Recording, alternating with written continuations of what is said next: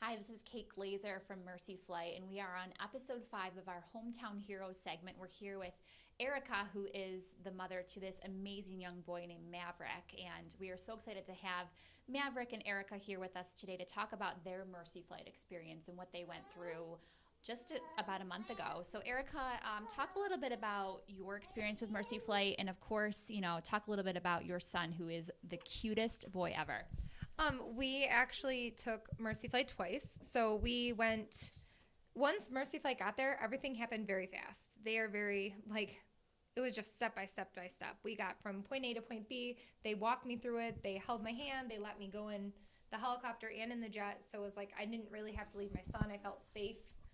And we got there fast. And they even went through like a snowstorm, I guess, to get us there. So they were very helpful. And I was going through, it was an emergency situation. So I was going through an awful lot. I was alone with him.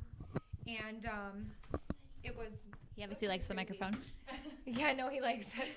So talk a little bit about, so people who don't know, and you were actually featured on the paper, the Daily News, right here, front page. That's okay. Here, Math. You were actually featured on the Daily News a couple weeks ago, but talk a little bit about your story. What exactly happened to Maverick to lead you to need Mercy Flight? On Easter Sunday, we actually went to two family members' houses. This was our last stop of the day. We went to my husband's grandmother's, and her lab mix dog. My son was on the floor sitting with his other grandmother, and the dog attacked him, bit about this much of his face, completely off. He was missing like a third of his lip. There was blood, so much blood. I mean, we got him to Warsaw, the ER at Warsaw, and then they were basically told us, you guys got to go somewhere. We're going to have to get you Mercy Flight. It's going to take a little while. And, 5 hours, I held the gauze on his face, wondering what was going on.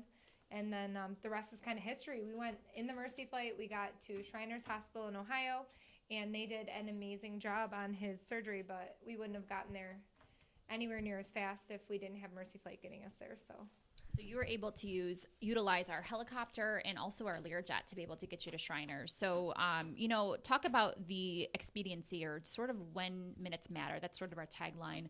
How did that really help with Maverick and his situation and getting that surgery he needed? It's the perfect tagline, really, because we sat in the emergency room for 5 hours, and it was like the longest 5 hours ever. Once Mercy Flight got there, it was literally, they made sure that we got, as soon as they could, they made sure that we got to Shriners as fast as possible. They walked us through everything. Like, he actually sat in his car seat in the Mercy Flight. So it was like, is he really going to sit in his car seat? They're like, yeah, absolutely. They, I put my complete trust and faith in them, and they got him as fast as they could. We got to Shriners by, I think it was a little after 11. So this happened at 3:30, 4 o'clock, and we got there fast. Amazing. And the one thing people always talk about is our angels in orange, the people who are on that Mercy Flight. So I know one thing you said was that you just felt so comfortable with, especially your flight nurse, Wendy. Maverick obviously loves the paper. We're going to put this over here. That's okay, buddy. We still love you. Talk a little bit about your the angels in orange and all of that. Yeah, no, it's like perfect, because so many times, I've actually taken Mercy Flight myself. My father's taken Mercy Flight twice. And so many times do you take Mercy Flight and you don't ever see the people behind the scenes. You only, Thanks to John behind the camera for giving us a football. Yeah, you don't really get to see them. You're usually, probably, I don't know what the percentage is, but most of the time you're unresponsive, and you don't really get to see all of these people behind the scenes that get you from point A to point B. I was there to see all this firsthand, and it was like they made me comfortable. Yeah, I mean, when you're in the Mercy Flight, you're alone.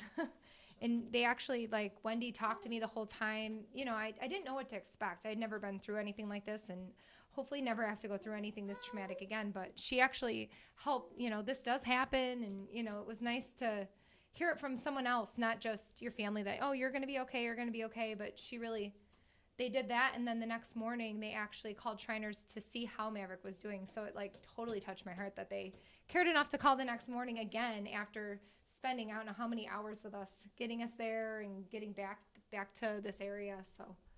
And before we talk about a benefit to actually support Maverick and all the different, medical bills that have been associated with it, we actually just want to talk a little bit about how you've been mercy flighted yourself, and then your dad was also mercy flighted. Yes, when I think I was about 3.5, 4 years old, we were sledding down a big hill. I happened to hit a tree, and I was actually mercy flighted to Women's and Children's in Buffalo. This is 20-something years ago, like over 25 years ago, but I wouldn't have gotten there as fast as I did if it wasn't for Mercy Flight. And my father's actually taken Mercy Flight twice, which he only remembers one of them. He was unresponsive for the other one, but like I said, the Angels in Orange, you don't usually, we took Mercy Flight, but you don't know that there's all these people behind the scenes that, the pilot, like all the people that I got to see and meet firsthand and speak to, that they're there every ride. Every time you take one of these Mercy Flight rides, they're always there. It's just so many times,